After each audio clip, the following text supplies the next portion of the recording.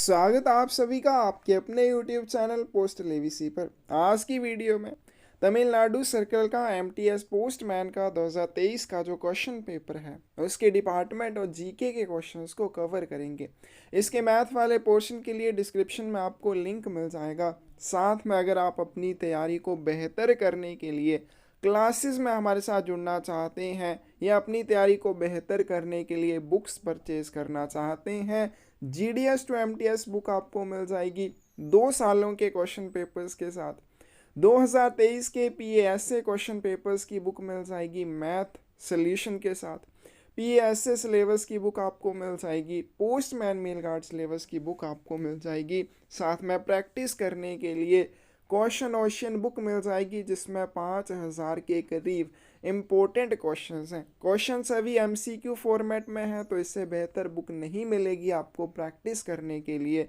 और जितने भी क्वेश्चन इस बुक में हैं बार बार एग्ज़ाम में पूछे जाने वाले क्वेश्चंस हैं। तो अगर आप इस बुक के क्वेश्चंस को अच्छे से करके जाते हैं, बहुत सारे क्वेश्चन आपको एग्ज़ाम में इसी बुक में से देखने को मिल जाएंगे। तो क्लासेस में जुड़ना है या बुक आपको चाहिए 8627096166 के ऊपर आप हमें मैसेज कर सकते हैं। तो चलिए वीडियो शुरू करते हैं। फर्स्ट क्वेश्चन है आज की वीडियो का, Which of the following statements about PM Cares for Children scheme 2021 is not true? बच्चों के लिए पीएम केयर्स योजना 2021 के बारे में निम्नलिखित में से कौन सा सत्य नहीं है? तो इसमें हमें पीएम केयर्स जो है किसके लिए थी?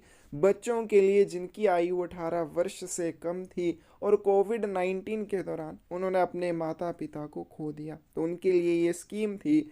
District magistrate will be the joint account holder of the scheme and shall act as the guardian for the purpose of operation of the account under the scheme.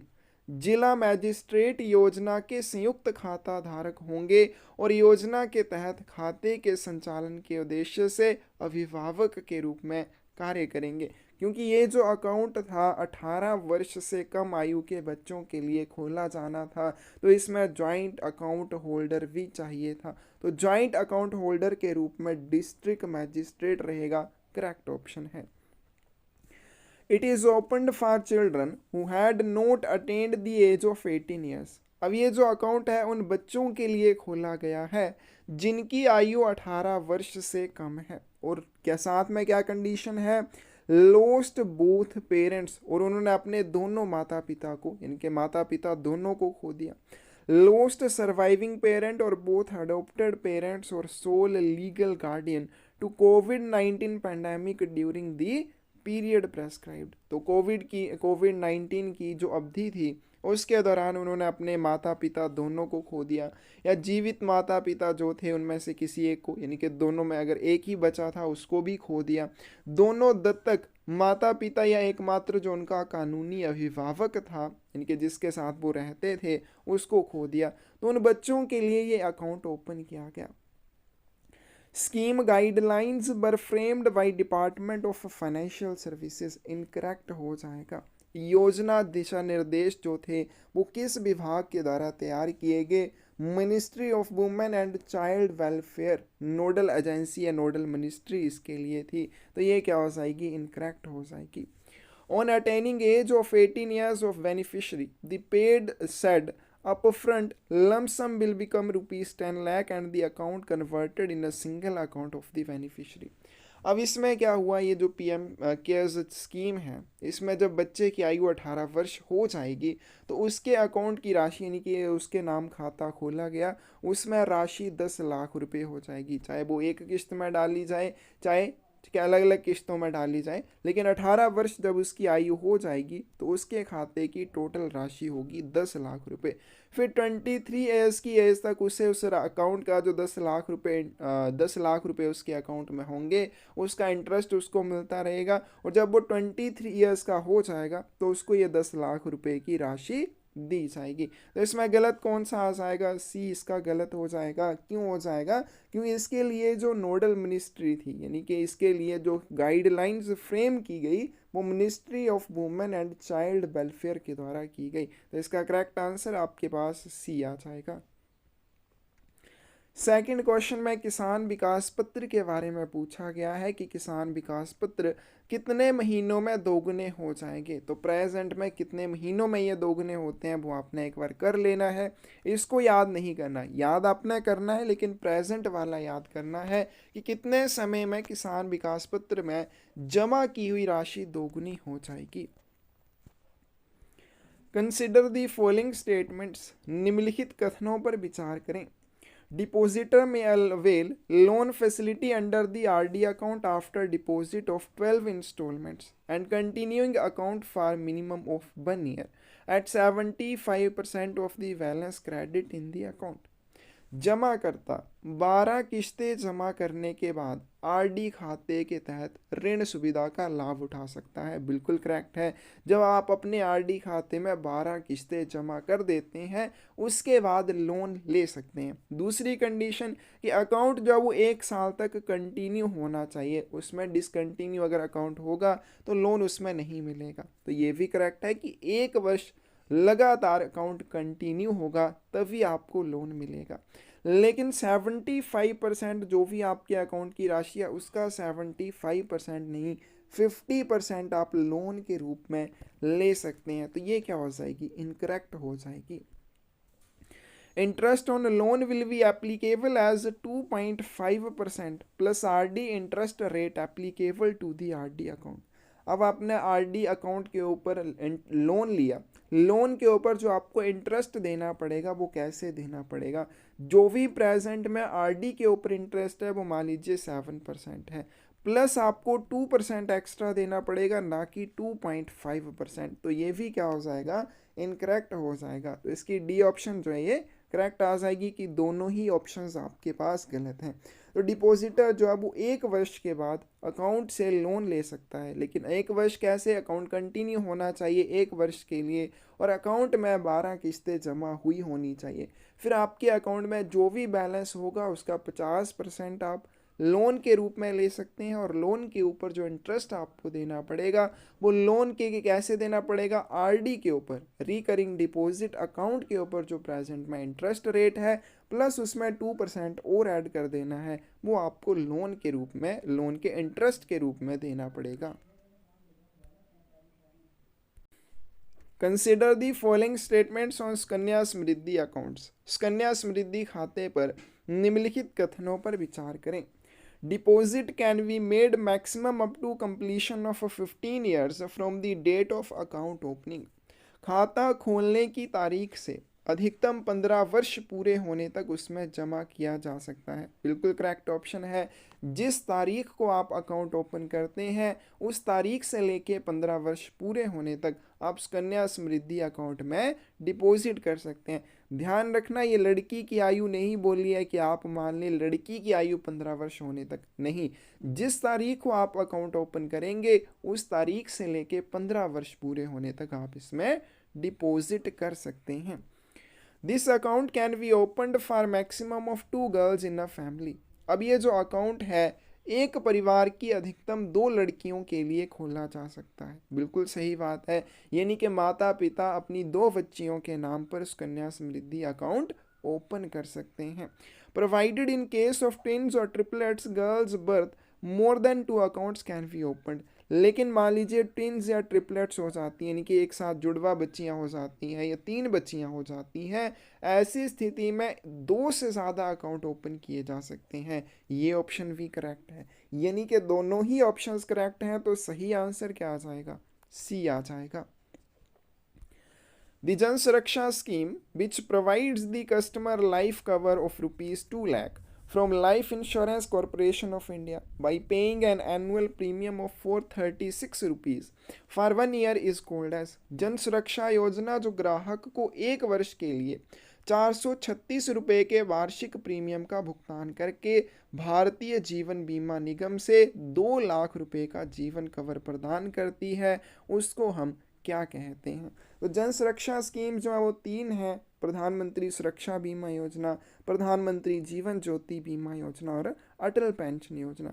तो 436 रुपये प्रीमियम आपको किस जन सुरक्षा योजना में देना पड़ता है, प्रधानमंत्री जीवन ज्योति बीमा योजना में देना पड़ता है, और प्रधानमंत्री सुरक्षा बीमा योजना में 20 रुपये प्रीमियम है।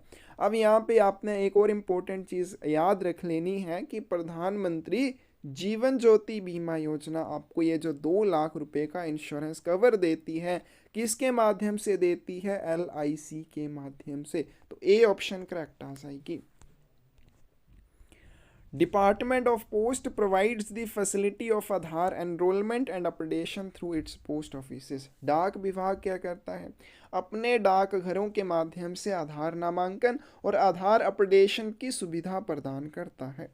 The amount to be collected from residents for Aadhaar enrolment is prescribed at. Aadhaar नामांकन के लिए निवासियों से एकत्र की जाने वाली राशि क्या होगी? तो इसका करेक्ट आंसर क्या हो जाएगा? डी आ जाएगा। आधार एनरोलमेंट क्या चीज़ होती है? तो प्रोसेस होता है जिसमें इलेक्ट्रॉनिक कैप्चर और इलेक्ट्रॉनिक कैप्चर किया जाता है किसका? डेमोग्राफिक और बायोमेट्रिक इंफॉर्मेशन का, और इसके लिए कोई भी चार्जेस आपसे नहीं लिए जाते हैं। तो आधार एनरोलमेंट प्रोसेस जो है इसमें क्या होता है? इलेक्ट्रॉनिक कैप्चर किया जाएगा डेमोग्राफिक और बायोमेट्रिक इन्फॉर्मेशन का, इसके लिए कोई भी चार्जेस आपसे नहीं लिए जाते हैं। लेकिन आधार अपडेशन के लिए अलग अलग चीज़ें अगर उसमें अपडेट होती हैं, फिंगरप्रिंट के लिए अलग है, मतलब अगर उसमें फिंगरप्रिंट अपडेट करते हैं तो अलग चार्जेस होंगे, फिर उसमें कोई डॉक्यूमेंट अपडेट करते हैं तो उसके अलग चार्जेस होंगे, सारा कुछ अपडेट करते हैं उसके कुछ अलग चार्जेस होंगे। तो वो चार्जेस आपने याद कर लेने हैं। Department offers convenience to the general public by making third-party product and services available in their vicinity through select post offices. These services are called। विभाग चुनिंदा डाकघरों के माध्यम से आम जनता को उनके आसपास तीसरे पक्ष के उत्पादों और सेवाओं को उपलब्ध कराकर सुविधा प्रदान करता है। इन सेवाओं को क्या कहा जाता है? यानी कि पोस्ट ऑफिस क्या करता है? लोगों को ऐसी सेवाएं भी, ऐसी सुविधाएं भी प्रदान करता है जो पोस्ट ऑफिस की स्वयं की नहीं होती हैं, किसी तीसरे की होती हैं, वो भी पोस्ट ऑफिस के माध्यम से लोगों को प्रोवाइड की जाती हैं। इसमें आप एग्जांपल ले सकते हैं पासपोर्ट की, आधार कार्ड की, क्योंकि ये पोस्ट ऑफिस की खुद की सर्विसेज नहीं है, लेकिन पोस्ट ऑफिस लोगों तक इन सर्विसेज को पहुंचाता है।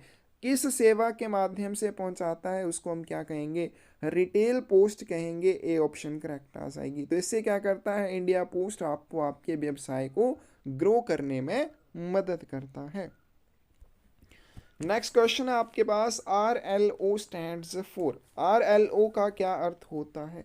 RLO की सही ऑप्शन आपके पास आ जाएगी सी, रिटर्न्ड लेटर ऑफिस। ये क्या करता है? Unclaimed, refused, without address, incomplete address, undecipherable address, इस तरह की जितनी भी डाक वस्तुएं होती हैं उनका निपटान करता है। और stationery office situated at the headquarter of RMS division which in addition to the ordinary duties of record office is entrusted with the preparation of salary and contingent bills for the entire division and the accounts connected therewith is termed as। Railway mail service मंडल के मुख्यालय में स्थित एक स्थिर कार्यालय जिसे record कार्यालय के सामान्य कर्तव्यों के अलावा पूरे डिवीज़न के लिए वेतन और आकस्मिक बिल तैयार करने और उनसे जुड़े लेखों को तैयार करने का काम सौंपा जाता है, उसे क्या कहते हैं? हेड रिकॉर्ड ऑफिस कहते हैं।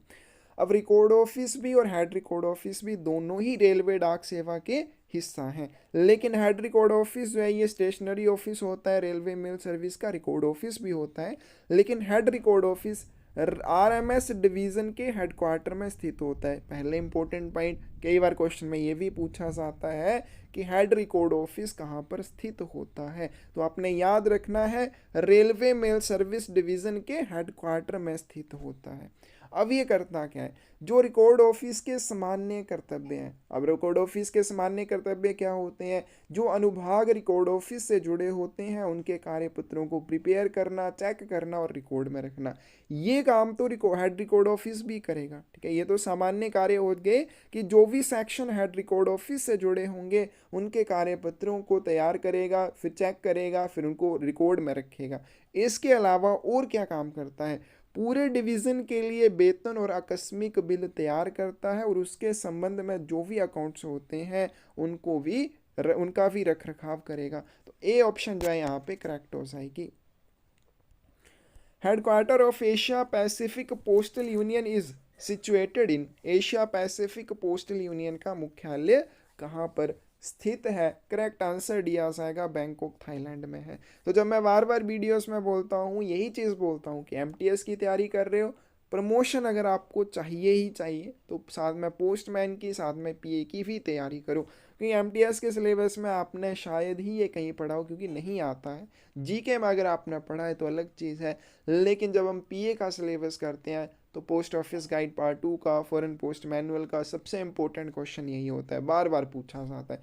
तो कॉमन से क्वेश्चन जो पीए के सिलेबस के हैं, पोस्टमैन के सिलेबस के हैं, वो एमटीएस के क्वेश्चन पेपर में भी पूछे जाते हैं। बेहतर यही होगा कि आप उनको भी एक बार अच्छे से कर लीजिए, क्योंकि इस तरह से ही आप आगे निकलेंगे दूसरों से। बाकी अब कोई रास्ता नहीं है, एमटीएस का सिलेबस सभी ने करना है, लेकिन जो एमटीएस की तैयारी के साथ पीए और पोस्टमैन की भी तैयारी कर रहे हैं, वो आपसे आगे इसी तरह से निकल जाएंगे। एक दो क्वेश्चन ऐसे आएंगे और वो कहीं ना कहीं आगे निकल ही जाएंगे। आगे चलते हैं। Is an office which is not an exchange office but in which the custom examination assessment and accounting of custom duty is carried out, एक कार्यालय जो विनियम कार्यालय नहीं है। अब ऑफिस ऑफ एक्सचेंज क्या होता है? जो विदेशों में स्थित कार्यालयों के साथ डाक को एक्सचेंज करता है, उसको हम एक्सचेंज ऑफिस कहते हैं। लेकिन यहाँ पे बोला है कि एक कार्यालय जो एक्सचेंज ऑफिस नहीं है, मतलब कि वो विदेशों में स्थित कार्यालयों के साथ डाक को एक्सचेंज नहीं करता है, लेकिन ये क्या काम करता है? सीमा शुल्क की जांच करता है, उसका मूल्यांकन भी करता है, और सीमा शुल्क का लेखा जोखा रखने का काम भी करता है। इसको हम क्या कहेंगे? करेक्ट आंसर क्या आ जाएगा आपके पास? बी आ जाएगा, सब फॉरेन पोस्ट ऑफिस इसको कहा जाता है। अब इसको क्यों खोला जाता है? तो जो भी सेंडरी एड्रेसी होते हैं उनकी सुविधा के लिए, कन्वीनियंस के लिए इसको खोला जाता है।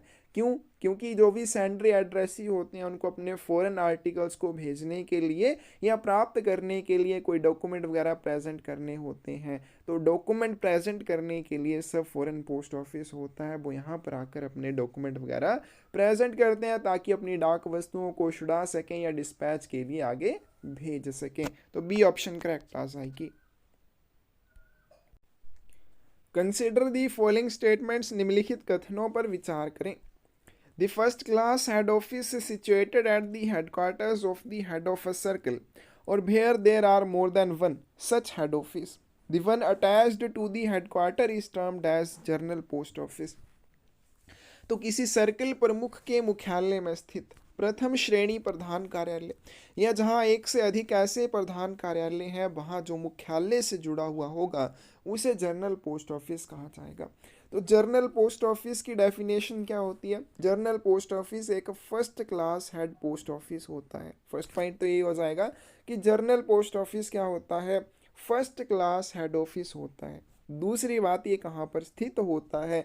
हेड ऑफ सर्कल यानी कि सीपीएमजी के हेडक्वार्टर या मुख्यालय में स्थित होता है। लेकिन मान लीजिए हेड ऑफ सर्कल जो है वहाँ पे जहाँ पे है वहाँ पे दो फर्स्ट क्लास हेड ऑफिस है, तो आप जर्नल पोस्ट ऑफिस किसे कहेंगे? जो भी दोनों में से हेडक्वार्टर के साथ जुड़ा होगा आप उसको जर्नल पोस्ट ऑफिस कहेंगे। बिल्कुल करेक्ट है। First class head offices functions under the control and supervision of senior time scale officer. प्रथम श्रेणी प्रधान कार्यालय जो है वरिष्ठ टाइम स्केल अधिकारी के नियंत्रण और पर्यवेक्षण के तहत कार्य करते हैं। बिल्कुल सही है। और जो सीनियर टाइम स्केल ऑफिसर होता है उसको हम चीफ पोस्ट मास्टर भी कहते हैं। मोस्ट इंपॉर्टेंट पॉइंट है, ये भी याद रखना। कई बार डायरेक्टली क्वेश्चन पूछा जाता है कि जो आपके फर्स्ट क्लास हेड ऑफिस होते हैं या जनरल पोस्ट ऑफिस होते हैं उनका इंचार्ज कौन होता है? चीफ पोस्ट मास्टर होता है। तो 12th की जो करेक्ट ऑप्शन है वो क्या आ जाएगी आपके पास? सी आ जाएगी, क्योंकि दोनों ही ऑप्शंस करेक्ट हैं। Orders issued by the superintendent RMS for the guidance of the subordinates in the performance of their duties in mail offices on all subjects except alteration in sorting list is called as। छंटाई सूचियों में बदलाव को छोड़कर अन्य सभी विषयों पर मेल कार्यालयों में अपने कर्तव्यों के प्रदर्शन में अधीनस्थों के मार्गदर्शन के लिए अधीक्षक आरएमएस द्वारा जारी किए गए आदेशों को क्या कहा जाता है? बी ऑप्शन करेक्ट आ जाएगी। जब भी छंटाई सूचियों में कोई भी परिवर्तन निर्धारित करना हो तो अधीक्षक आरएमएस ए ऑर्डर जारी करता है। फिर जब भी बात आती है गाइडेंस की, किसकी गाइडेंस? जो भी मेल ऑफिस में सुपरिटेंडेंट आरएमएस के अधीनस्थ होते हैं, वो जो भी काम करते हैं उनके कार्य में मार्गदर्शन के लिए सुपरिटेंडेंट आरएमएस जो ऑर्डर जारी करता है उनको बी ऑर्डर कहा जाता है। तो कौन सी ऑप्शन? बी ऑप्शन करेक्ट आ जाएगी। The side of the article where the address is written is called as. लेख के जिस तरफ पता लिखा होता है उसे हम क्या कहते हैं? करेक्ट आंसर आपके पास सी आ जाएगा। उसको उस आर्टिकल का फेस कहा जाएगा, मुख कहा जाएगा। इंपॉर्टेंट है। किसका एड्रेस? एड्रेसी का, सेंडर का एड्रेस नहीं। जिस साइड पे एड्रेसी का, प्राप्तकर्ता का पता लिखा जाएगा वो साइड क्या हो जाएगी? उस आर्टिकल का मुख हो जाएगी, फेस हो जाएगी। Service postcards which are employed for the purpose of determining the relative advantage of alternative mail routes or the cause of detention to articles are called as सेवा पोस्ट कार्ड, जिनका उपयोग वैकल्पिक मेल मार्गों के सापेक्ष लाभ या लेखों के अवरोधन का कारण निर्धारित करने के उद्देश्य से किया जाता है उसको हम क्या कहते हैं? करेक्ट आंसर क्या आ जाएगा आपके पास? बी आ जाएगा, ट्रायल कार्ड। ट्रायल कार्ड कई बार पूछा जाता है, क्या होते हैं? सर्विस पोस्ट कार्ड होते हैं। क्यों इनका यूज़ किया जाता है? क्या इनका उद्देश्य है? बैक साइड में कौन कौन से कॉलम प्रिंट होते हैं, किसके द्वारा वो भरे जाते हैं, किस में इसको इंक्लूड नहीं करना चाहिए, अच्छे से कर लेना है। आगे चलते हैं। कंसिडर द फॉलोइंग स्टेटमेंट्स, निम्नलिखित कथनों पर विचार करें। A missent article is an article which has been erroneously forwarded by an office to an office other than the office of destination or by a route other than the prescribed one। गलत भेजा गया लेख वह लेख होता है जिसे किसी कार्यालय द्वारा गलती से गंतव्य कार्यालय के अलावा किसी अन्य कार्यालय को या निर्धारित मार्ग के अलावा किसी अन्य मार्ग से भेज दिया गया हो। अब मिसेंट आर्टिकल क्या हो जाएगा? मान लीजिए एक ये डाक घर है, यहाँ से एक डाक वस्तु पोस्ट की जाती है और वितरण जो है इसका यहाँ पे होना है, लेकिन क्या हुआ? इस आर्टिकल को इस डाक घर से किसी और डाक घर को भेज दिया गया गलती से, यानी कि वितरण होना था यहाँ पे लेकिन भेज दिया गया उसको किसी और डाक घर के लिए। या फिर दूसरी बात, जो एक निर्धारित रूट होता है उस आर्टिकल को भेजने के लिए, आपने उस निर्धारित रूट के अलावा किसी अन्य रूट से भेज दिया।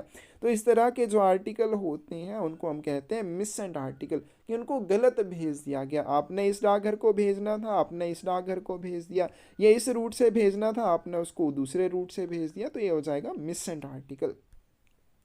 आगे चलते हैं। मिस डायरेक्टेड, मिस रिडायरेक्टेड नहीं होता, मिस डायरेक्टेड होता है। Article is a vernacular article which has been sent to other circles without transcription.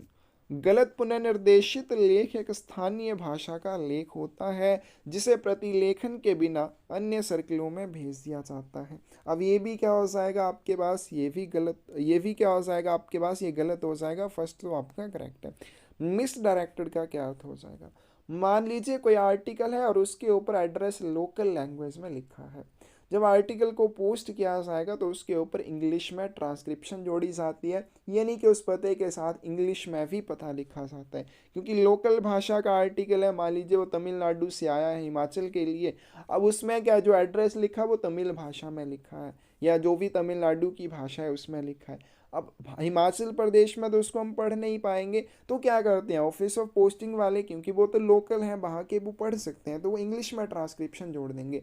लेकिन जब उन्होंने इंग्लिश में ट्रांसक्रिप्शन जोड़ी तो गलत जोड़ दी। एड्रेस लिखा था हिमाचल का, उन्होंने उसको किसी और स्टेट के लिए भेज दिया, पंजाब के लिए भेज दिया। तो इस तरह का आर्टिकल ऑब्वियसली हिमाचल नहीं आएगा, कहाँ जाएगा? क्योंकि एड्रेस पंजाब का लिखा हुआ है तो पंजाब चला जाएगा। तो इस तरह के आर्टिकल को मिस डायरेक्टेड आर्टिकल कहते हैं। तो ये क्या हो जाएगा? गलत हो जाएगा। तो 16th की आपके पास ए ऑप्शन करेक्ट हो जाएगी।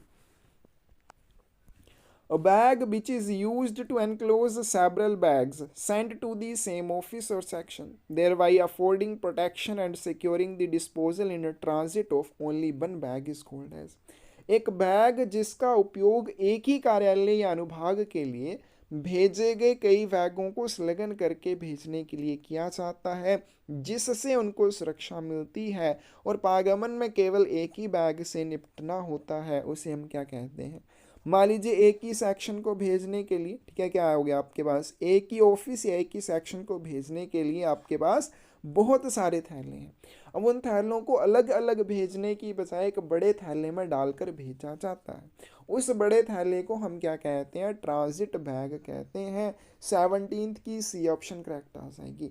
अब ट्रांजिट बैग जो होगा, अब इसमें आपने बहुत सारे थैले डाल दिए तो रास्ते में क्या होगा, बहुत सारे थैलों को संभालने की बजाय केवल एक ही थैले को संभालना होगा। तो इससे बाकी थैलों को सुरक्षा भी मिल जाएगी और वहाँ पे टाइम भी बचेगा। तो इसको हम कहते हैं ट्रांजिट बैग। इसमें मेन लिस्ट होती है और ये किस में आता है, ड्यू बैग में आता है। For purposes of administration, the entire country has been divided into how many postal circles headed by a chief postmaster general। प्रशासन के प्रयोजनों के लिए पूरे देश को मुख्य पोस्ट मास्टर जनरलों की अध्यक्षता में कितने डाक सर्किलों में विभाजित किया गया है। करेक्ट आंसर डी आ जाएगा। तो भारत में कितने पोस्टल सर्कल्स हैं, 23 हैं। कंसिडर द फॉलोइंग स्टेटमेंट्स, निम्नलिखित कथनों पर विचार करें। Mobile post offices are intended to provide the facility of late posting in the different areas of the cities at different timings according to a fixed schedule। Mobile डाकघरों का उद्देश्य शहरों के विभिन्न क्षेत्रों में अलग अलग समय पर एक निश्चित कार्यक्रम के अनुसार देर से पोस्टिंग की सुविधा प्रदान करना है। बिल्कुल सही बात है। तो मोबाइल पोस्ट ऑफिस का अर्थ ये नहीं होगा कि मोबाइल के साथ वो काम करेंगे। इसका अर्थ होता है कि वो चल डाकघर हैं, एक जगह से दूसरी जगह पे जाकर काम करते हैं। लेकिन यहाँ पे आपके यहाँ पे बताया कि क्या करते हैं, लेट पोस्टिंग फैसिलिटी आपको देते हैं। कैसे देते हैं, विभिन्न क्षेत्रों में, अलग अलग क्षेत्रों में वो जाते हैं, अलग अलग समय पर जाते हैं, लेकिन एक निश्चित कार्यक्रम के अनुसार। यानी कि उनका जो रूट रहेगा या टाइमिंग रहेगी कि हमने इस रूट से जाना है, पहले इस जगह पे फिर दूसरी जगह पे, तो इस तरह से जाते हैं, अपनी मर्जी से कहीं भी नहीं चलेंगे। ठीक है। Mobile post offices are not authorised to book insured articles. क्या, तो ये इंश्योर्ड आर्टिकल्स को बुक करने के लिए अधिकृत नहीं होते हैं और ना ही वीपी आर्टिकल्स को ये बुक करते हैं। तो दोनों ही स्टेटमेंट्स करेक्ट हैं, सी ऑप्शन करेक्ट आ जाएगी। Who is authorized to issue, renew, suspend, cancel license for the franking machine from time to time। समय समय पर फ्रैंकिंग मशीन के लिए लाइसेंस जारी, उसको नवीकृत करना, उसको निलंबित करना या रद्द करना, इसके लिए कौन अधिकृत है। सी ऑप्शन आपके पास करेक्ट आ जाएगी, हेड ऑफ द डिवीज़न। अब यहाँ पे आपने कंफ्यूज नहीं होना है, क्योंकि आप सोच रहे होंगे अगर हेड ऑफ सर्कल है तो आपको कन्फ्यूज़न है।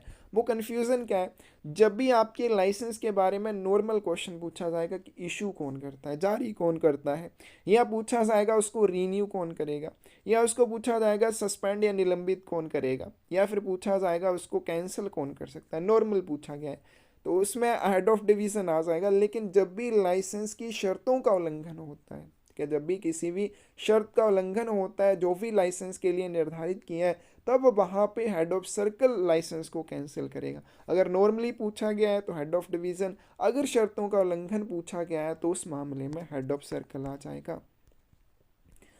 Which of the following is punishable under section 263A of the Indian Penal Code। भारतीय दंड संहिता की धारा 263A के तहत निम्नलिखित में से क्या दंडनीय है। तो 263A जो है इंडियन पीनल कोड, ये क्या है, तो कोई भी व्यक्ति अगर क्या करता है, नकली डाक टिकटों का निर्माण करता है या उपयोग करता है, तो उसको section 263A of Indian penal code के तहत सजा दी जा सकती है। तो 21 की आपके पास बी ऑप्शन करेक्ट आ जाएगी। काल्पनिक या नकली डाक टिकटों का निर्माण करना या उपयोग करना इससे जुड़ा हुआ है। आगे चलते हैं, कंसिडर दी फॉलोइंग स्टेटमेंट्स। अब यहाँ पे देखिए, आपने अपने जो भी सर्कल है या अपना जो भी स्टेट है उसमें कितने फ्लैटली ब्यूरो हैं वो ज़रूर याद कर लेने हैं। फ्लैटली ब्यूरो के बारे में बोले कि in order to cater to the needs of philatelists and stamp collectors, the department has set up a flatly bureau at important post offices। डाक टिकट संग्रह करता हूँ और डाक टिकट संग्राहकों की ज़रूरतों को पूरा करने के लिए विभाग ने महत्वपूर्ण डाकघरों में फ्लैटली ब्यूरोज की स्थापना की है। बिल्कुल करेक्ट ऑप्शन है। सेकंड के लिए आपने अपने स्टेट का ज़रूर देख लेना है, अपने सर्कल का देख लेना है। कंसिडर दी फॉलोइंग स्टेटमेंट्स, निम्नलिखित कथनों पर विचार करें। Every letter, packet or parcel has to be stamped with the date stamps of at least 2 post offices। प्रत्येक पत्र, पैकेट या पार्सल पर कम से कम 2 डाकघरों की तारीख मुहर लगी होनी चाहिए। बिल्कुल सही बात है, 2 डाकघरों की तारीख मुहर लगी होनी चाहिए। और ये 2 डाकघर कौन कौन से होंगे? एक ऑफिस ऑफ पोस्टिंग होगा, यानी कि जिस डाकघर से आप डाक वस्तु को पोस्ट करेंगे उस डाकघर की मुहर उसके ऊपर लगी होनी चाहिए। दूसरी, जो डाकघर उस डाक वस्तु का वितरण करेगा उसकी भी स्टैंप, कौन सी? डेट स्टैंप उसके ऊपर लगी होनी चाहिए। Coins, gold, silver and currency और bank notes can not be send through the medium of post. अब बोलेंगे कि जो कॉइन्स हैं, गोल्ड या सिल्वर या करेंसी या बैंक नोट्स हैं, इनको आप डाक के माध्यम से नहीं भेज सकते। आप भेज सकते हैं लेकिन इंश्योरेंस आपको करवानी पड़ेगी, इंश्योरेंस करवा के आप भेज सकते हैं। तो सेकंड गलत हो जाएगी, फर्स्ट आपके पास करेक्ट है, तो only first option is correct, इसका सही आंसर हो जाएगा। Which of the following statements about official postal articles is incorrect? आधिकारिक डाक लेखों के बारे में निम्नलिखित में से कौन सा कथन गलत है?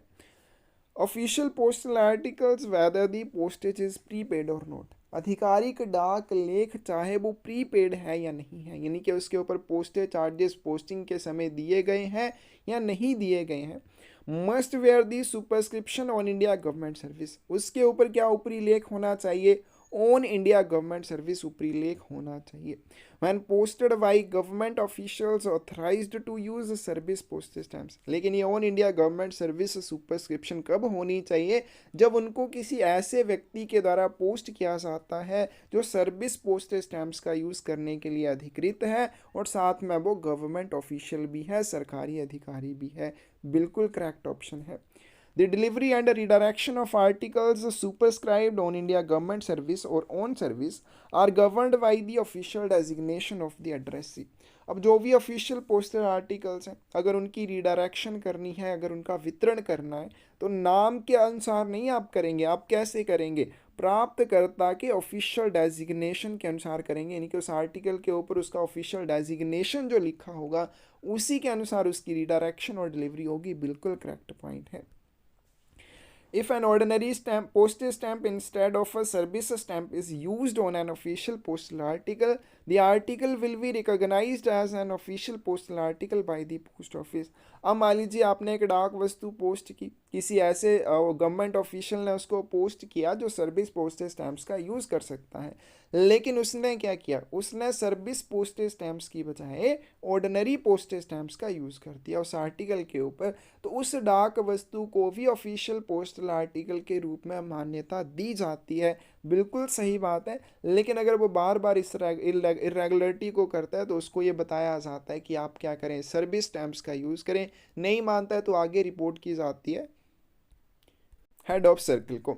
डी पॉइंट की बात करें, the rates of postage, conditions of transmission by post and the rules under which such articles be registered।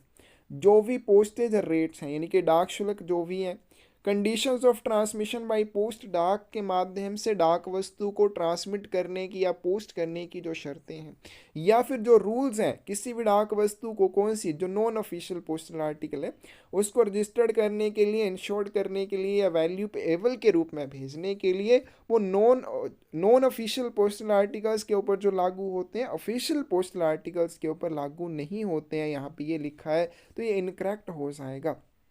जो भी कंडीशंस होती हैं, जो भी पोस्टेज चार्जेस होते हैं, नॉन पोस्टल ऑफिशियल आर्टिकल्स के ऊपर लिए जाते हैं या नॉन ऑफिशियल पोस्टल आर्टिकल्स के ऊपर लिए जाते हैं, वही सेम कंडीशंस रहती हैं ऑफिशियल पोस्टल आर्टिकल्स के ऊपर। यानी कि अगर आपने ऑफिशियल पोस्टल आर्टिकल की रजिस्ट्रेशन करनी है, इंश्योरेंस करनी है, उसको वीपी के रूप में भेजना है, तो ये सारे कैसे रहेंगे? जैसे आपके नॉन ऑफिशियल पोस्टल आर्टिकल्स के लिए रहते हैं। अगर आपने नॉन ऑफिशियल पोस्टल आर्टिकल में लेटर पोस्ट किया, तो जो लेटर के लिए कंडीशंस हैं, लेटर के लिए चार्जेस हैं, सेम वही आपके पास ऑफिशियल पोस्टल आर्टिकल में लेटर के लिए रहेंगे, पार्सल वाले पार्सल के लिए रहेंगे। तो यहाँ पे डी ऑप्शन जो है वो करेक्ट आ जाएगी। What will be the tariff of a magazine posted under magazine post from Chennai to Kumbakonam being 120 grams? Chennai से कुंभकोणम तक मैगजीन पोस्ट के तहत 120 ग्राम वजन वाली पत्रिका का टैरिफ क्या होगा? तो 25 की सी ऑप्शन करेक्ट आ जाएगी, 12 रुपीज़ हो जाएगा। तो मैगजीन जो भी है, अगर आपने म्यूनिसिपल एरिया के भीतर पोस्ट की है और इसी के भीतर उसका वितरण किया आसान है, तो 200 ग्राम तक आपसे 8 रुपये लिए जाएंगे। और उससे ज़्यादा के लिए, ठीक है, उससे ज़्यादा जो भी आपके पास क्या आएगा, 100 ग्राम आएगा या उसका हिस्सा आएगा 3 रुपये। अगर आउटसाइड दी म्यूनिसिपल एरिया आपने करना है तो 200 ग्राम तक के लिए 12 रुपये, और आपके आगे जो भी 100 ग्राम है उसका पार्ट आएगा 3 रुपये लिए जाएंगे। इसमें आपको गूगल पे मिल जाएगा। What is the scholarship amount provided to the children under Deen Dayal स्पर्श योजना, the scholarship scheme of Flatley. Flatley की जो छात्रवृत्ति योजना है, दीन दयाल स्पर्श योजना जिसका नाम है, इसके तहत बच्चों को प्रदान की जाने वाली छात्रवृत्ति राशि क्या है? तो इसका करेक्ट आंसर क्या आ जाएगा? 6,000 रुपये प्रति वर्ष के हिसाब से छात्रवृत्ति दी जाती है। बी ऑप्शन करेक्ट आ जाएगी। तो दीन दयाल स्पर्श योजना एक स्कॉलरशिप स्कीम है। 6ठी से 9वीं तक के बच्चों को इसमें स्कॉलरशिप दी जाती है। कितनी दी जाती है? 6,000 रुपये प्रति वर्ष के हिसाब से दी जाती है। जब भुगतान किया जाता है क्वार्टरली बेसिस के ऊपर किया जाता है, यानी कि 1,500 रुपये 3 महीने के बाद दिए जाते हैं। सारी चीज़ें आपको याद होनी चाहिए। Stamps which are used for day to day mailing purposes and are available in various ascending denominations from 25 पैसे onwards at all post offices are called as। वे टिकटें जो रोज़मर्रा की डाक मेलिंग के लिए उपयोग की जाती हैं। रोज़मर्रा की डाक मेलिंग मतलब डाक वस्तुओं को भेजने के लिए यूज़ की जाती हैं, और सभी डाकघरों में 25 पैसे से लेकर विभिन्न आरोही मूल्य वर्ग में उपलब्ध होती हैं। उन्हें हम क्या कहते हैं? करेक्ट आंसर आपके पास सी आ जाएगा। डेफिनेटिव स्टैम्प्स कहा जाता है निश्चित टिकटें, यानी कि जो भी आप डाक वस्तुओं को पोस्ट करने के लिए उनके ऊपर डाक टिकट लगाते हैं उनको डेफिनेटिव स्टैम्प्स कहा जाता है। सी ऑप्शन करेक्ट आ जाएगी। A single sheet of retail my stamp contains postage value of। Retail my stamp की एक शीट में कितने मूल्य के डाक टिकट होते हैं? अब ये नहीं पूछा कि माई स्टैम्प शीट कितने की आएगी, ये पूछा है कि माई स्टैम्प शीट में जो डाक टिकट होते हैं उनकी टोटल वैल्यू कितनी होगी। तो 28 की सी ऑप्शन करेक्ट आ जाएगी। और एक माई स्टैम्प शीट में टोटल 12 डाक टिकट होते हैं। हर एक डाक टिकट की फेस वैल्यू की बात करें 5 रुपये होता है, तो 12 गुने 5 कितने हो जाएंगे? 60 रुपये हो जाएंगे। Under which name does department of post market whole life insurance policies of postal life insurance. डाक विभाग डाक जीवन बीमा की संपूर्ण जीवन बीमा पॉलिसी को किस नाम से उसको रिटेल करता है या बेचता है, आप कुछ भी कह सकते हैं। तो करेक्ट आंसर क्या आ जाएगा? बी आ जाएगा, सुरक्षा इसे कहा जाता है। तो होल लाइफ इंश्योरेंस क्या हो जाएगा? संपूर्ण जीवन बीमा, आपके पूरे जीवन के लिए सुरक्षा हो जाएगी, तो इसको हम कहेंगे सुरक्षा। सुविधा क्या होती है? Endowment convertible whole life insurance policy, क्योंकि आप इसको कन्वर्ट कर सकते हैं। संतोष क्या हो जाएगी? एंडोवेंट इंश्योरेंस, क्योंकि आपको पहले से ही पता होगा मैच्योरिटी कब मिलेगी तो आपको संतोष रहेगा। सुमंगल एंटीसिपेटेड एंडोवेंट इंश्योरेंस, क्योंकि इसमें पीरियोडिकल रिटर्न्स आपको मिलती हैं। आगे चलते हैं। Department of post received which award for excellence in digital governance. Digital governance में उत्कृष्टता के लिए डाक विभाग को कौन सा पुरस्कार मिला? Digital India gold award 2020। B option correct आ जाएगी। नेक्स्ट चलते हैं। नेक्स्ट आपके पास जीके के क्वेश्चंस हैं। Which country has assumed the presidency of G20 from 1st December 2022 to November 30th of 2023? Correct answer आपके पास क्या आ जाएगा? इंडिया आ जाएगा। तो 1 दिसंबर 2022 से 30 नवंबर 2023 तक G20 की अध्यक्षता भारत ने संभाली थी। नेक्स्ट आपके पास in which year was the Quit India movement held during the freedom struggle. स्वतंत्रता संग्राम के दौरान भारत छोड़ो आंदोलन किस वर्ष शुरू हुआ था? 32 की करेक्ट ऑप्शन आपके पास ए आ जाएगी। ठीक है, 32 की आपके पास करेक्ट ऑप्शन कौन सी आ जाएगी? बी आएगी। ठीक है, कब हुआ था? 8 अगस्त 1942 में हुआ था। Which music director bagged the Oscar for best music direction in the 92nd Academy Award held at Dolby Theatre at Los Angeles California. California के लॉस एंजल में डोवी। ठीक है, ये क्वेश्चन थोड़ा गलत है क्योंकि इसमें क्या है आपके पास ऑप्शंस नहीं है, तो इसको आप छोड़ सकते हैं, लेकिन आपने एक क्वेश्चन देख लेना है। करेक्ट आंसर क्या होगा? गूगल से आप देख लेंगे।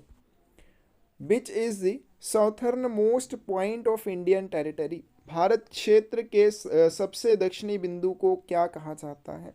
34 की बी ऑप्शन करेक्ट आ जाएगी, Indira point. Which latitude passes through the middle of India? कौन सा अक्षांश भारत के मध्य से होकर गुजरता है? 35 की ए ऑप्शन करेक्ट आ जाएगी, कर्क रेखा या ट्रॉपिक ऑफ कैंसर। आगे आपको मैच दी फॉलोइंग। तो यहाँ पे सबसे पहले हम बात करें मणिपुरी की, तो मणिपुरी जो है मणिपुर का है, ठीक है। गरबा की बात करें तो गुजरात का फेमस है।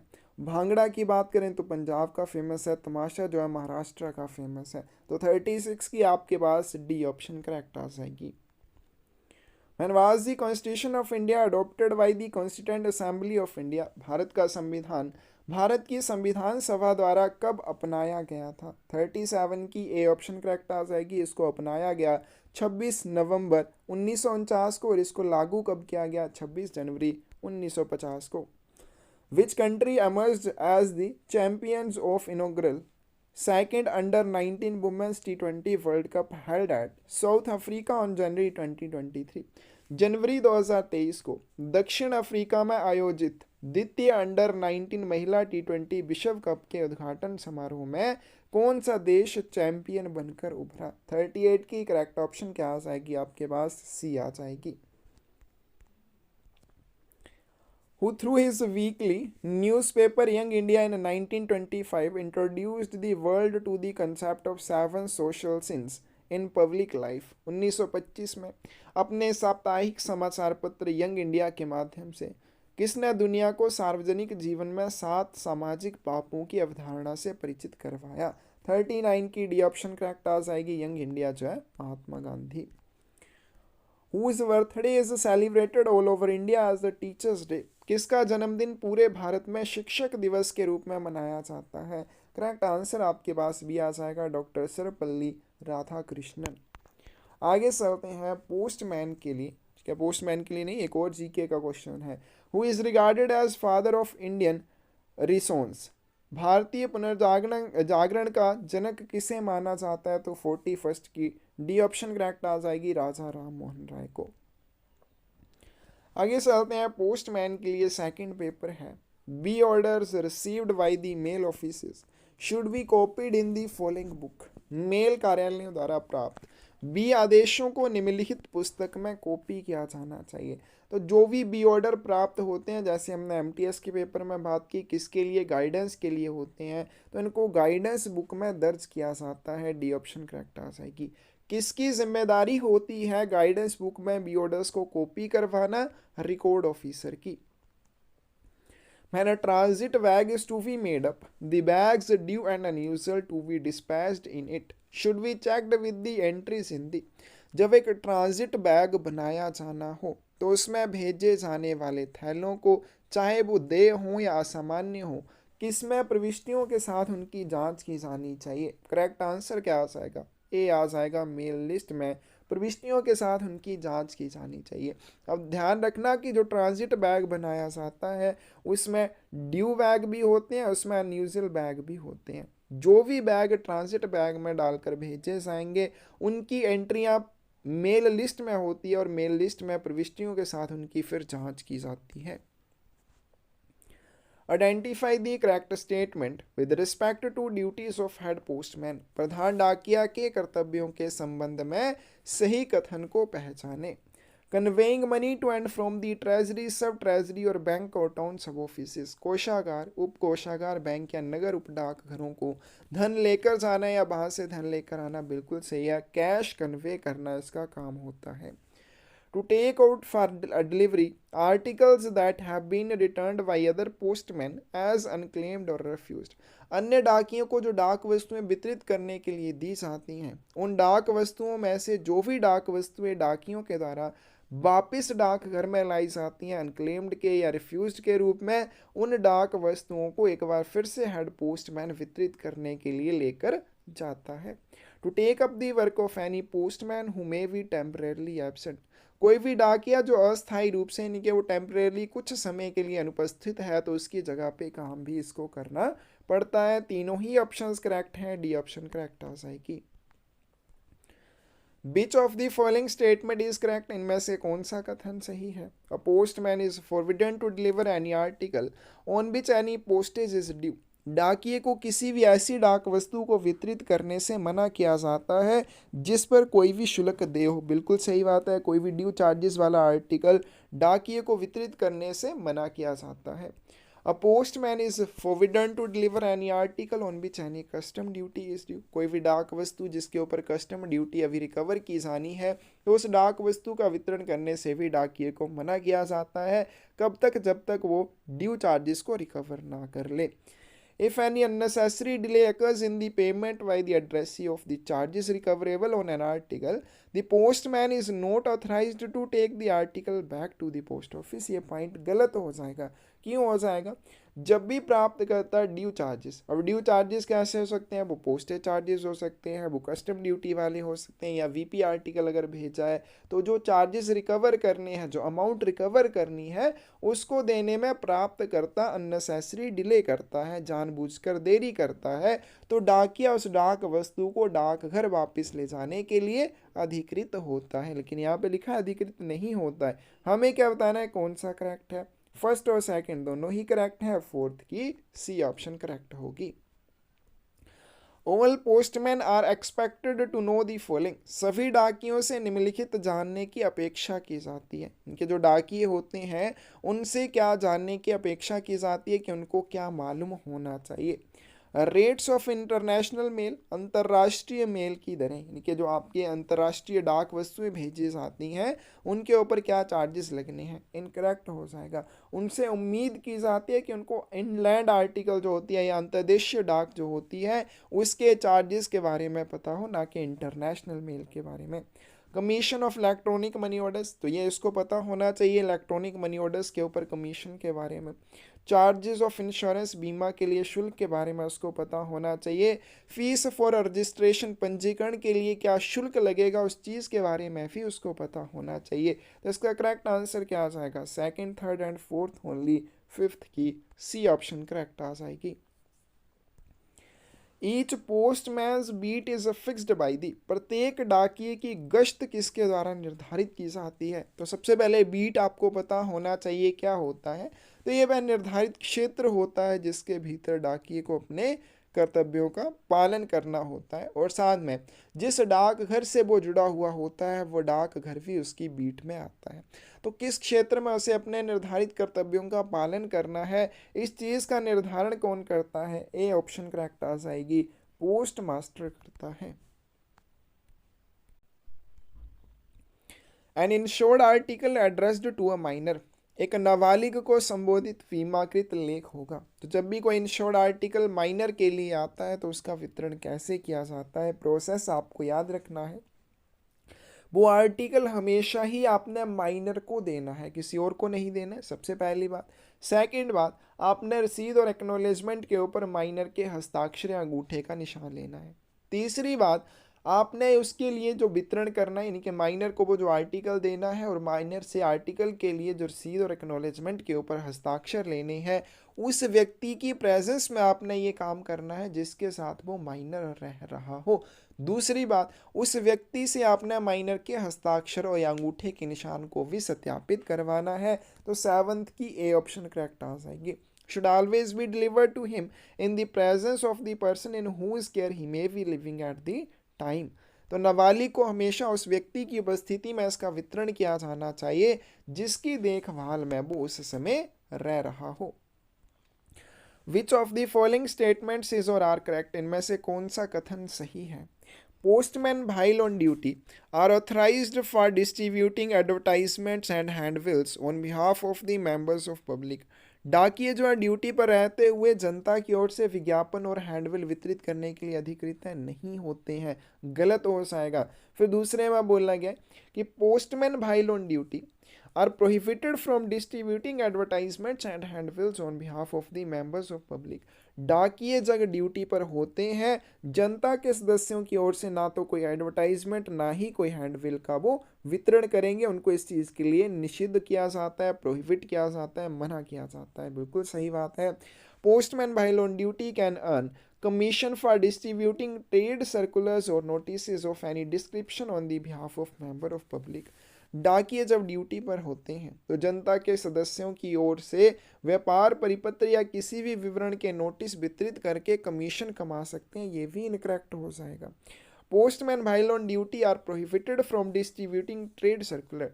डाकिये जब ड्यूटी पर होते हैं तो जनता के सदस्यों की ओर से ना तो किसी एडवर्टाइजमेंट को, ना किसी हैंडबिल को, ना किसी व्यापार परिपत्र को या किसी भी विवरण के नोटिस को वितरित करते हैं, इसके लिए उनको प्रोहिबिट किया जाता है। तो सेकंड और फोर्थ आपके पास करेक्ट हो जाएंगी, ये दोनों इनकरेक्ट हो जाएंगी। क्वेश्चन में पूछा है करेक्ट कौन सा है, तो एट्थ की सही ऑप्शन आपके पास डी आ जाएगी।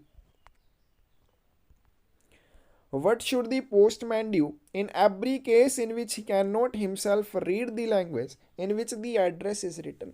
प्रत्येक उस मामले में जहां डाकिया स्वयं उस भाषा को नहीं पढ़ सकता जिसमें पता लिखा हो, तो डाकिये को क्या करना चाहिए। तो जब भी कोई ऐसी डाक वस्तु आती है तो डाकिये को डाक घर में ही किसी से वो पता पढ़वा कर उस आर्टिकल के ऊपर एड्रेसी का नाम लिख लेना चाहिए ताकि वो बीट में जाके आसानी से उस तक पहुंच सके। करेक्ट आंसर क्या आ जाएगा, postman should note the name of the addressee on article made over to him for delivery. डाकिये को वितरण के लिए प्राप्त ऐसे लेख पर प्राप्तकर्ता का नाम नोट कर लेना चाहिए। The aggregate value of insured VP COD banking money order IPPB that may be made over at one time to a postman for delivery may be increased by the divisional head from rupees subject to prior consultation with police। अब यहाँ पे बोले कि VP COD banking electronic money order या IPPV के लिए एक डाकिये को 40,000 रुपये दिए जा सकते हैं और पुलिस के साथ कंसल्टेशन करके हेड ऑफ डिवीजन इस 40,000 रुपये की लिमिट को 80,000 रुपये कर सकता है। तो करेक्ट आंसर यहाँ पे ए आ जाएगा। If the payee of an electronic money order is illiterate then, यदि किसी इलेक्ट्रॉनिक मनी ऑर्डर का भुगतान करता निरक्षर है तो क्या किया जाएगा। करेक्ट आंसर क्या आएगा, जब भी इलेक्ट्रॉनिक मनी ऑर्डर का भुगतान करता अनपढ़ हो तो इलेक्ट्रॉनिक मनी ऑर्डर का भुगतान आपने उसी को करना है। दूसरी बात, अंगूठे का निशान, उसकी स्टैंप या सील जो भी उसने बनवा रखी है वो एक्नॉलेजमेंट के ऊपर और मनी ऑर्डर के ऊपर आपने प्राप्त करना है। प्राप्त करने के बाद आपने क्या करना है, ऐसे ही उसको भुगतान नहीं कर देना, किसी रेजिडेंट विटनेस वहाँ पे आपने ले लेना है, कोई निवासी गवाह आपने ले लेना है जो आप उसको जानते भी हो। फिर उस निवासी गवाह से आपने उस अनपढ़ व्यक्ति के अंगूठे के निशान को या फिर उसने मोहर या सील जो भी लगाई है उसको सत्यापित भी करवा लेना है। करेक्ट आंसर क्या आ जाएगा आपके पास यहाँ पे 11th की डी ऑप्शन करेक्ट आ जाएगी दोनों ही स्टेटमेंट्स की। उसके थंब इंप्रेशन, सील या अदर मार्क को आपने रसीद और एक्नॉलेजमेंट के ऊपर हस्ताक्षर करना है, एक निवासी गवाह की उपस्थिति में करना है, फिर वो निवासी गवाह से आपने उस अनपढ़ व्यक्ति के अंगूठे के निशान को या जो भी उसने किया है उसको सत्यापित भी करवा लेना है। A postman who willfully detains or delays any postal article in his possession or who returns an article falsely representing it as undeliverable renders himself liable to serve penalties under the। एक डाकिया जो अपने पास मौजूद किसी भी डाक सामग्री को जानबूझकर रोकता है या विलंबित करता है तो फिर या फिर वो उस डाक वस्तु को वितरित या ना होने योग्य बताकर गलत तरीके से वापस कर देता है तो वो किसके लिए अपने आप को जिम्मेदार बनाता है, दंड के लिए। लेकिन किसके तहत, करेक्ट आंसर आपके पास ये आ जाएगा। मान लीजिए मुझे एक डाक वस्तु दी, अब मैंने उसको जानबूझकर रोक लिया या जानबूझकर उसके वितरण में देरी की, या फिर दूसरी बात क्या हुआ, मैंने उसको गलत तरीके से कि ये वितरित नहीं हो सकता, मैं वापस पोस्ट ऑफिस में लेकर आ गया। अब पोस्ट ऑफिस वालों को कैसे पता चलेगा, जैसे हमने अभी पीछे किया कि हेड पोस्टमैन बाकी डाकियों के द्वारा अनक्लेम्ड या रिफ्यूज्ड जो आर्टिकल होते हैं उनको फिर से वितरण के लिए लेके जाता है और फिर वो अगर वितरण कर दे फिर वो सारे क्या हो जाएंगे, मेरे ऊपर लग जाएंगे, है ना। तो इस तरह से होता है। तो इसका करेक्ट आंसर क्या आ जाएगा, ए। अगर फिर हेड पोस्टमैन उन डाक वस्तुओं का वितरण करके आ जाता है तो आपसे पूछा जाता है कि आपने इसको अनडिलीवरेबल बताया था, आपने इसको रिफ्यूज्ड बताया था, क्यों बताया था। फिर अगर आप गलत पाए जाते हैं तो आपको वहाँ पे सज़ा हो सकती है। इंडियन पोस्ट ऑफिस एक्ट के अंडर आपको वहाँ पे सज़ा मिल जाएगी। Where any postal article addressed to a post box number cannot, in view of its size or for want of space in the box, be placed therein, then the postmaster will। यहाँ मान लीजिए कोई डाक वस्तु है, post box को संबंधित है, लेकिन आकार उसका बड़ा है कि आप उसको पोस्ट बॉक्स के अंदर रख नहीं सकते, तो पोस्ट मास्टर क्या करेगा, पोस्ट मास्टर उसमें एक इंटीमेशन स्लिप रखने का अरेंज करेगा, ताकि जो भी एड्रेसी है उस आर्टिकल का, वो इंटीमेशन स्लिप लेके, विंडो डिलीवरी टिकट लेके डाकघर में आकर अपनी डाक वस्तु का वितरण ले ले। करेक्ट आंसर क्या आ जाएगा, बी आ जाएगा। Arrange an intimation slip to placed in the post box to this effect, इस आशय की एक सूचना पर्ची पोस्ट बॉक्स में रखने की व्यवस्था करेगा। कौन करेगा, पोस्ट मास्टर करेगा। If the addressee does not want delivery of an article, यदि प्राप्तकर्ता किसी डाक वस्तु की डिलीवरी नहीं चाहता है, the address is not bound to pay the amount due to the post office, तो प्राप्तकर्ता डाकघर को देय राशि का भुगतान करने के लिए बाध्य नहीं होगा। तो मान लीजिए आपके पास एक डाक वस्तु आती है और उसके ऊपर अभी कोई चार्जेस पोस्ट ऑफिस ने रिकवर करने हैं, लेकिन अगर आप उस डाक वस्तु का वितरण नहीं लेना चाहते हैं तो आप उसके ऊपर ड्यू चार्जेस का भुगतान करने के लिए भी बाध्य नहीं होते हैं। डी ऑप्शन करेक्ट आ जाएगी। Before delivery of articles to any near relative in case of articles addressed to a deceased person, किसी मृत व्यक्ति को संबोधित डाक वस्तुओं के मामले में किसी निकट संबंधी को डाक वस्तुओं की डिलीवरी से पहले क्या किया जाएगा, कौन अपने विवेक का इस्तेमाल करेगा। करेक्ट आंसर आपके पास बी आ जाएगा। Post masters are authorised to exercise their discretion. तो मान लीजिए कोई डाक वस्तु है, किसी ऐसे व्यक्ति के लिए आती है जिसकी मृत्यु हो चुकी है, अब उस डाक वस्तु का वितरण कैसे किया जाता है, तो उसके लिए कुछ कंडीशंस हैं। अगर वो अनइंश्योर्ड आर्टिकल है, उसमें कोई वैल्यूएबल प्रॉपर्टी नहीं है, वहाँ पे लड़ाई झगड़े की संभावना नहीं है, तो पोस्ट मास्टर अपने डिस्क्रिशन का इस्तेमाल करता है कि उस डाक वस्तु का वितरण मृतक के निकट संबंधी को करे जिसने उस डाक वस्तु को प्राप्त करने के लिए आवेदन किया हो। तो बी ऑप्शन जो है करेक्ट आ जाएगी। Sample packets other than registered newspapers may be held back in the office up to avoid delay the transmission or delivery of letters। पत्रों के प्रसारण या वितरण में देरी से बचने के लिए नमूना पैकेट को कितने समय तक कार्यालय में रोका जा सकता है। करेक्ट आंसर आपके पास ये आ जाएगा 1 दिन के लिए। मान लीजिए आपके पास क्या है, लेटर्स हैं और सैंपल पैकेट्स हैं। अगर आप सैंपल पैकेट्स का वितरण करते हैं, इनको ट्रांसमिट करते हैं, तो इसकी वजह से क्या हो रहा है, पत्रों के वितरण या प्रेषण में देरी हो रही है। तो आप क्या करेंगे, सैंपल पैकेट को 1 दिन की अवधि के लिए आप मैक्सिमम ऑफिस ऑफ पोस्टिंग में रोक कर रख सकते हैं, ताकि आप पहले लेटर्स का निपटान कर सकें। वहीं पे अगर हम ऑफिस ऑफ डिलीवरी की बात करें, तो ऑफिस ऑफ डिलीवरी में इन आर्टिकल्स को, इनके जो सैंपल पैकेट वगैरह हैं, इनको नेक्स्ट डिलीवरी तक रोक के रख सकते हैं अगर लेटर्स के वितरण या प्रेषण में देरी हो रही हो। The following articles comes under post restante. निम्नलिखित लेख पोस्ट रेस्टेंट के अंतर्गत आते हैं। All articles superscribed to be kept till called for. सभी लेख जिनके ऊपर आवश्यकता पड़ने तक रखा जाए लिखा हुआ हो। बिल्कुल सही बात है। ऐसी कोई डाक वस्तु जिसके ऊपर ये सुपरस्क्रिप्शन होगी, ऊपरी लेख होगा, पोस्ट रेस्टेंट आर्टिकल में आएगा। All articles superscribed to await arrival. वह सभी लेख जिनके ऊपर आगमन की प्रतीक्षा करें, ये यही सुपरस्क्रिप्शन होगी, वो भी पोस्ट रेस्टेंट में आ जाएंगे। फिर जितने भी आर्टिकल जो पोस्ट ऑफिस को संबोधित होंगे, वो भी पोस्ट रेस्टेंट की फैसिलिटी, पोस्ट रेस्टेंट सर्विस में आ जाएंगे। तो 17th की बी ऑप्शन आपके पास करेक्ट आ जाएगी, फर्स्ट, सेकेंड और third. The date shown by the date stamps and seals of a set of a section or mail office should be that of।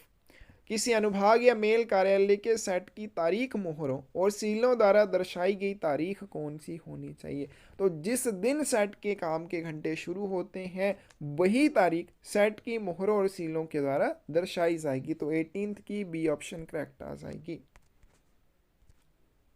Every set in a mail office is supplied with some stamps and seals, which among these are not supplied। Mail कार्यालय में प्रत्येक set को कुछ मोहरों और सीलों की आपूर्ति की जाती है, इनमें से किसकी आपूर्ति की जाएगी।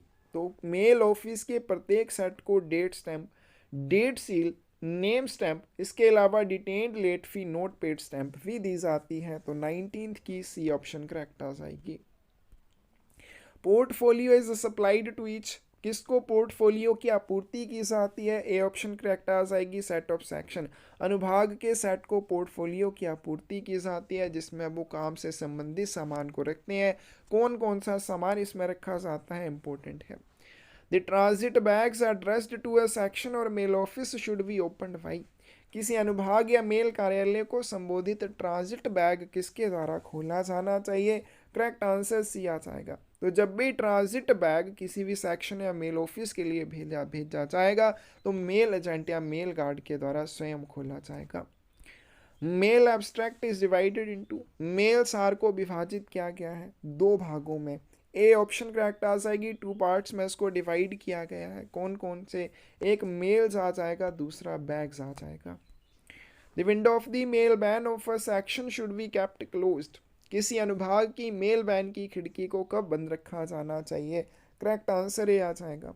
When the train is drone up at railway station platform, जब रेल जो है वो रेलवे स्टेशन प्लेटफॉर्म पर आकर खड़ी हो जाएगी उस समय से लेकर जब तक ट्रेन स्टार्ट नहीं होती आपने अनुभाग की मेल बैन की खिड़की को बंद रखना है। The head sorting assistant is required to submit to the superintendent through the record officer a report in which the irregularities observed by him or reported to him must be brought to notice. What is this report called? प्रधान छंटाई सहायक को record अधिकारी के माध्यम से अधीक्षक को एक रिपोर्ट प्रस्तुत करनी होती है जिसमें उसके द्वारा देखी गई या उसे रिपोर्ट की गई अनियमितताओं को ध्यान में लाया जाना चाहिए। इस रिपोर्ट को क्या कहा जाता है? करेक्ट आंसर आपके पास आ जाएगा डी, डेली रिपोर्ट इसे कहते हैं। MS 83 के ऊपर बनती है। हेड सॉर्टिंग असिस्टेंट बनाता है और रिकॉर्ड ऑफिसर के माध्यम से सुपरिटेंडेंट RMS को प्रस्तुत करता है। लास्ट क्वेश्चन आज की वीडियो का, the stationery items will be supplied by record officer to the head sorting assistant of a mail office as per stationery list. तो स्टेशनरी वस्तुओं की आपूर्ति रिकॉर्ड अधिकारी द्वारा मेल कार्यालय के प्रधान छंटाई सहायक को स्टेशनरी दर सूची के अनुसार कैसे की जाती है? 25 की बी ऑप्शन करेक्ट आ जाएगी, मंथली की जाती है।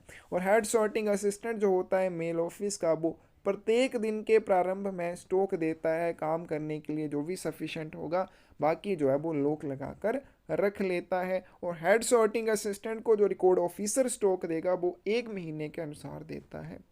तो ये था आपके पास तमिलनाडु सर्कल का MTS पोस्टमैन का 2023 का क्वेश्चन पेपर। किसी भी क्वेश्चन में आपको डाउट हो या गलती नज़र आए कमेंट सेक्शन में आप बता सकते हैं। बाकी आप तैयारी करने के लिए क्लासेस में जुड़ना चाहते हैं या बुक्स परचेज करना चाहते हैं 8627096166 के ऊपर आप हमें मैसेज कर सकते हैं। धन्यवाद।